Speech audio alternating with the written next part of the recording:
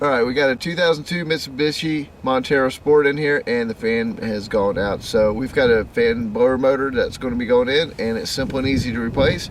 Pretty much have 3 bolts right here. You got one that's right here, and you got one, of course, right here, and then you got one in the back corner right here. Now, once you remove those and lower it down, then it'll make it easier for you to get to the plug so you can unplug.